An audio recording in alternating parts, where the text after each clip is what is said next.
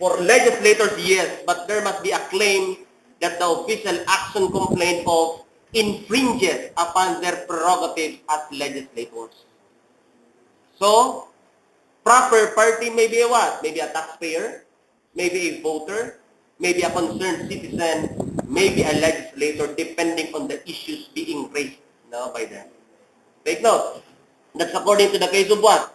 That's according to the case of David versus Macapagal Arroyo. We have the case of Tilestone versus Ullman. What is this case? From your book, what's the case of Tilestone versus Ullman? This has something to do with what? With the law prohibiting the use of contraceptives. So here is a particular doctor. He went to the court and questioned the constitutionality of that particular law as regards prohibition on the use of contraceptives because he knows that he has clients or patients who are not capable of taking the rigors of childbirth. Pero anong ginawa ng Supreme Court? It was dismissed. Why was dismissed? Hindi ikaw ang proper party. Yung pasyente mo ang dapat mag-file ng kaso. But it would have been different had the doctor is also a what? Is also a mother. So, pwede. Also, if I am not mistaken, the case also of what? Oposa versus Factora. I think we have already settled that when we discussed Article 2. What is that? That has something to do with petitioners who are minors representing the generation or the future generation. Can they be a proper party also? Yes, because of this was so-called intergenerational responsibility. So take note. We also have the case of what? Kuy King versus Cruz. Ano itong Kuy King versus Cruz?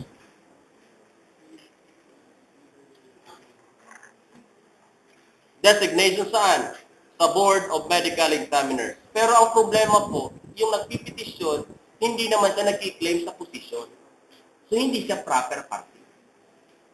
Hindi siya proper party. Yeah. People versus Vera, please read also. Can be found in your book. So, take note. Any question? Proper party.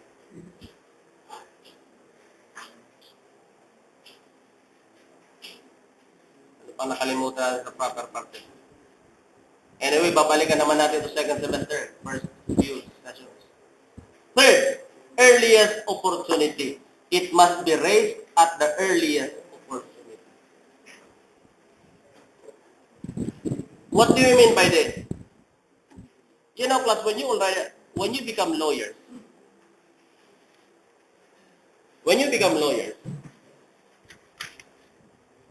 pag mag-file ka ng kaso, or mag-answer ka sa isang kaso,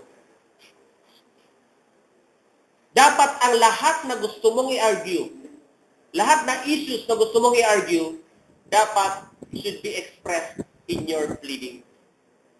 Okay? They should be properly expressed.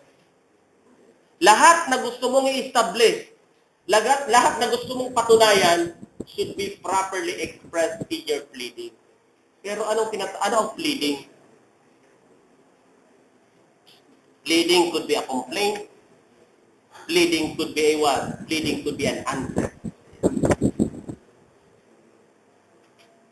So the rule is, constitutional question must be raised at the earliest possible opportunity, such that if it is not raised in the pleading, it cannot be considered at the trial, and if not raised at the trial, it cannot be considered on appeal.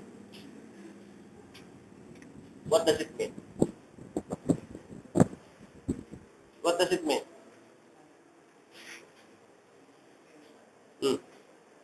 Mr. Domalasa, do you have issues there? Huh? If you have questions, you raise your point.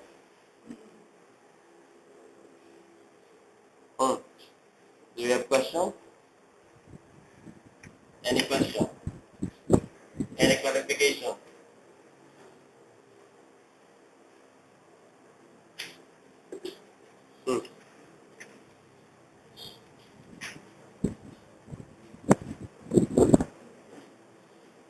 Any question? Any clarification?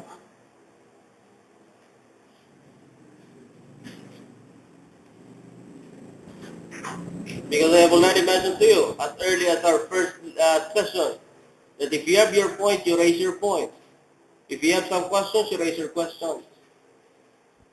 If you have questions, raise your questions.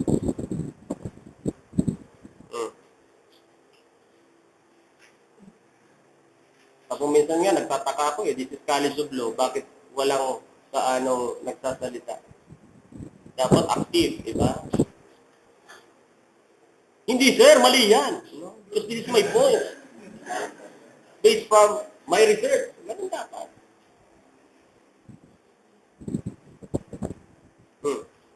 Any clarification? Any question? What time is it? Hindi pa naman, ano? We'll be here. We'll be here up to 12 o'clock.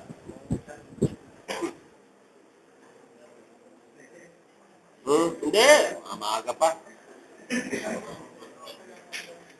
Isang oras pa lang tayo, di ba? Isang oras pa lang tayo? 9 po. At least, mga 10:30. We'll have a research.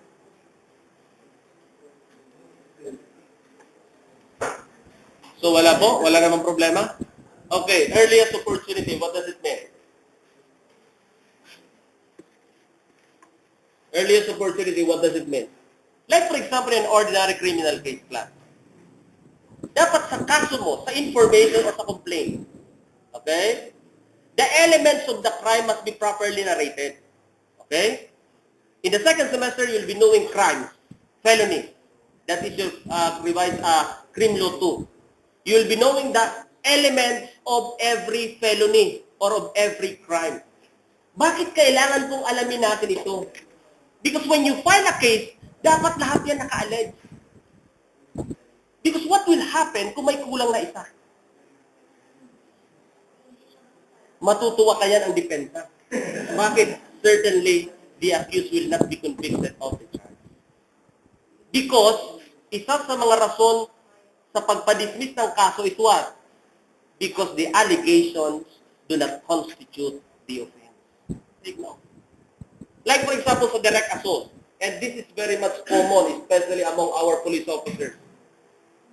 One of the important elements of direct assault is what? That the person assaulting knows that the person to be assaulted is a person in authority. Diba?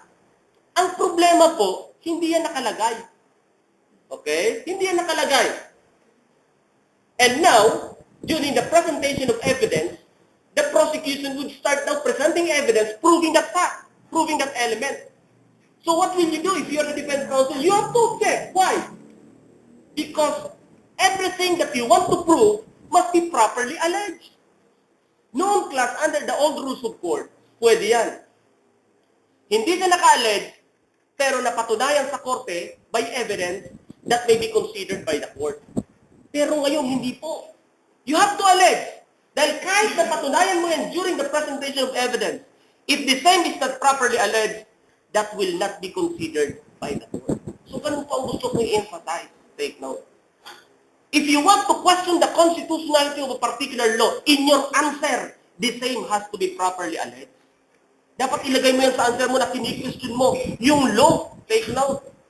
Like for example, here is a particular person being charged of violation of a particular municipal ordinance. Okay? Carrying deadly weapon in a public place. Violation of municipal ordinance. But we found out that that municipal ordinance was never what? Was never posted in conspicuous place in the municipality. We have found out that that particular ordinance, take note, was never sent to the provincial what? To the Sangguniang Panlalawigan for appropriate action. So your posting requirement, that is an indispensable requirement. Why? Because that goes into the due process clause of the Constitution. That you have to know that there is the existence of this law. And it doesn't only affect the what? It doesn't only affect the law, the effectivity of the law, but it even affects the constitutionality of that particular law. So kung nalaman mo yan, ang gagawin mo. i-allege mo yan that this particular law was never published. So that particular law should be declared as void ab initio. What do you mean by void ab initio? Void from the very beginning. So if that is void from the very beginning, the accused is never committing an offense. Why? Because wala pong ordinance to speak of, di ba? Now the question is, kailangan bang desisyonan ng korte ang constitutional issue ng ordinance? Kailangan ba yan sa kaso? Yes or no? Is it necessary in deciding the case itself? Yes or no? Yes! Bakit? Kung mapatunayan ang ordinance is void ab initio, the accused has to be acquitted. So it is so indispensable in the determination of the case itself. Ganun po din sa last requisite. That the passing of the constitutional issue is so indispensable in deciding the main case. Take note. So yan i-allege mo, ilagay mo. Ngayon nga under the new rules of court, kahit yung mga aggravating circumstances or qualifying circumstances must be properly alleged. Because kung hindi mo yung pig-allege, that will not be considered. Even if you were able to prove that in the trial. Kailangan to. Why? Because it also goes into the right to due process. Okay? Especially the accused has the constitutional right to know. Ano to? Yung nature and the accusation against him. Why is that during the review of the Supreme Court, the state that some were not alleged during the proceeding of the law court, since they put the case to appeal, it becomes a new case. Some are reconsidered by the Supreme Court. Some aggravating circumstances. Yes, that are not even mentioned.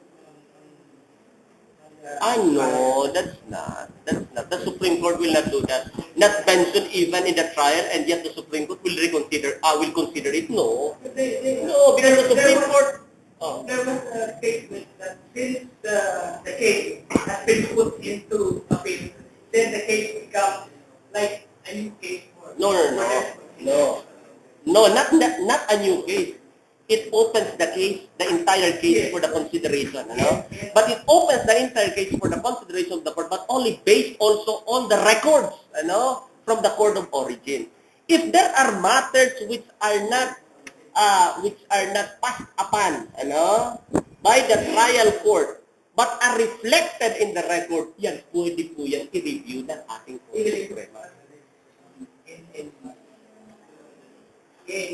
Because kung iaano po yan ng ating Korte Suprema, if that will be done, there will be a constitutional violation also. There will be a constitutional violation. Pero isa lang pang klaro dyan, hindi po siya nagiging new case. It opens the entire case for the consideration of the court. Pero hindi new case. It opens hindi siya new case, Because the same evidence on record that will be reviewed by the Supreme Court. The Lord has not decided upon that fact. Okay. Because the Supreme Court considered it. No, ganito. Presentation of evidence. Trial. You made an objection, Your Honor, because you know that's objectionable. The court did not consider it. The court denied it. Di ba? So you again keep on objecting. The court denied it. Pero you believe that should be what? That should be sustained by the court. So anong gagawin mo? Request Your Honor that these objections be placed on records. I-record lang. They be considered ng court. Pero make it on record. Why? Because in the appellate court, that may be considered. So ganun po yun. So dapat reflected. Kaya kung minsan sa line of questioning ng kabilang abogado, may problema. So we continuously object to this line of questioning, Your Honor, because this is objectionable. But the court, hayaan mo. No. We would like to place on record. Why? Because that may be considered by the appellate court. Ganun po yun. Kung may nakikita kang problema, pero hindi kinonsidera ng korte, which is supposed to be considered by the court, make it of record. Why? Because pag nakarating mo yan sa appellate court, pag nakarating yan sa Supreme Court, that may be considered. At least you raised it. Take note. At least you raised it.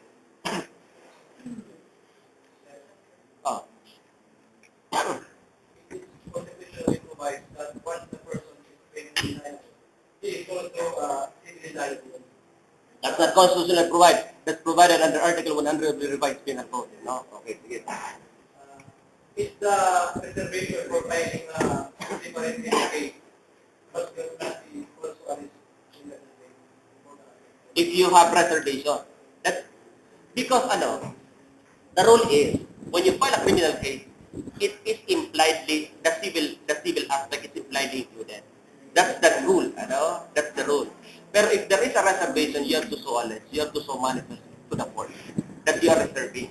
Pag pig-reserve mo pati yan, pag pig-reserve mo yan, bawal yan ang private prosecutor. Because ang private prosecutor, ang tigaano sa naman, yung civil aspect. Yung criminal aspect, it's the prosecutor, public prosecutor that you do.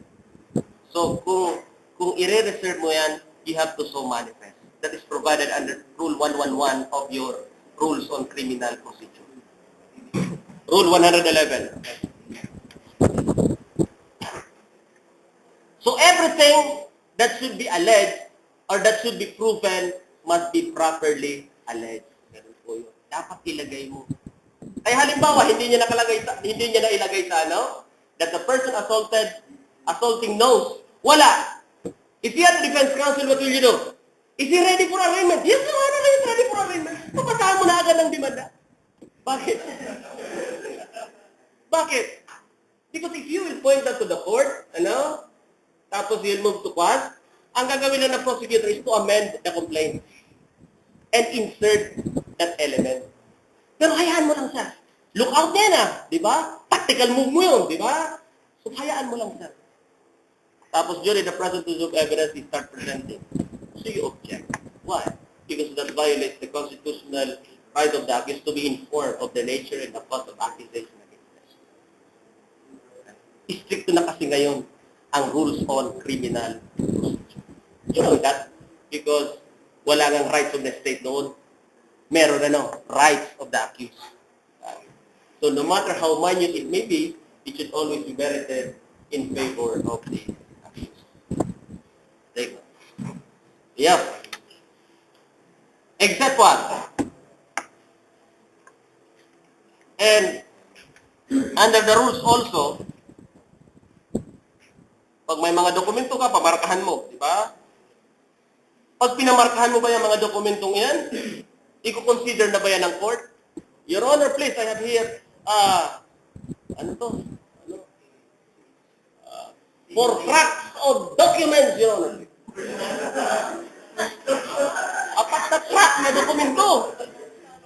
And I request that the same be marked. Pinamarkahan, kadakol. Dahil na nga naraman, ang numero, paano ang numero. Ang kalokohan niya, after the presentation, he forgot to offer it. Hindi niya na i-offer. Do you think that will be considered by the court? No. Pamarkahan mo, tapos i-offer mo yan. We are offering this document, etc., etc., etc. Because even if the same is marked, but are not offered in evidence, the court will not consider it. Except what? Except in administrative cases. Pag ang sa dokumento class, ang rule is, pag hindi mo pig-offer ang isang document that will not be considered by the court. But in administrative case, for as long as that document is attached to the record, and the other party is aware of the existence of that document, that may be considered by the tribunal or by the administrative case. And ano pa, itong sinasabi mo, yung issue on citizenship. Walang res judicata sa citizenship. Meron ngang i-grant yung naturalization. Kaya lang, nag-apply yung state sa Court of Appeal.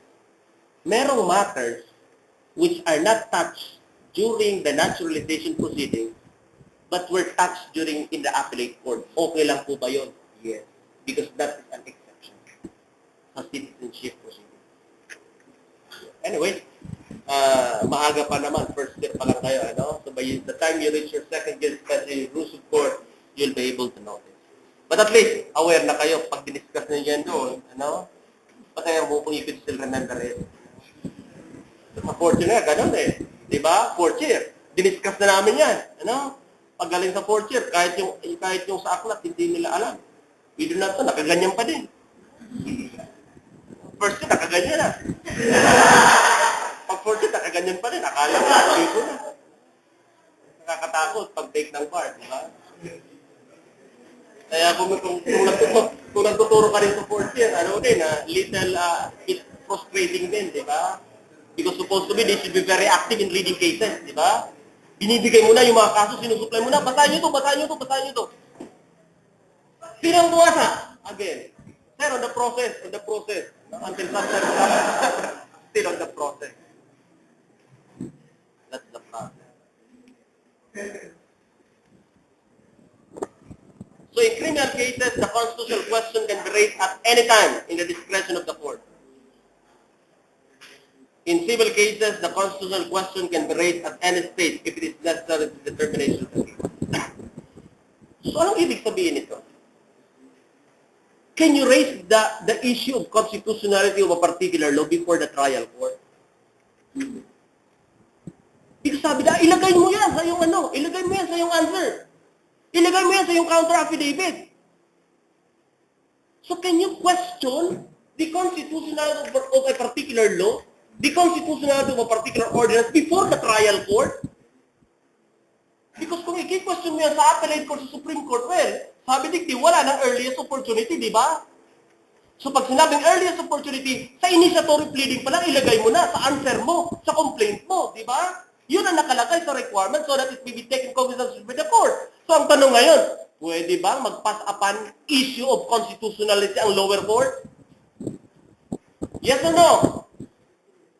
Yes or no? Answer. Yes! Yes! But the binding effect would be different.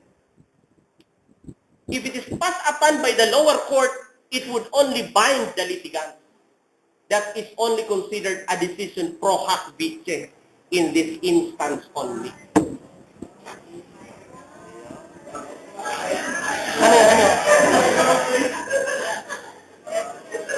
Huh? Kaya, that's why intro to law is very important. And that's the question of the bar examination if I am mistaken. So that is a decision as I've said, pro hac vice. Ano pong ibig sabihin? In this instance only. In this particular case only. It will only bind the litigant. Pero if the same is decided by the Supreme Court, it binds everybody. O, di ba? Nakukuha natin? So pwede bang mag-pass upon issue of constitutionality ang lower court? Yes! But the binding effect, I would like to re-emphasize, is different. It will only bind the litigant. It will only bind the parties to the case. But once settled and decided already by the Supreme Court, it will bind everybody. Nakukuha po? Saan mo yan, sir, kinit-kit? No? Do we have a constitutional basis for that? Yes! You check the appellate jurisdiction of the Supreme Court. Anong nakalagay dyan? Anong nakalagay dito? I-check muna natin. Let's try to find out. Anong nakalagay sa appellate jurisdiction? Review, revise, reverse, modify, or affirm on appeal, or certiorari as the law or the rules of court may provide. Final judgment and orders of lower courts in A. All cases in which the constitutionality or validity of any treaty, international or executive agreement, law, presidential decree, proclamation, order, instruction, ordinance, or regulation is in question. Diba? Ang mangyayari lang po dyan, yes, you can pass upon issue of constitutionality, but the Supreme Court is not deprived to exercise its appellate jurisdiction as regards cases like this. Did you get the point? Ganun po. 10 minutes break.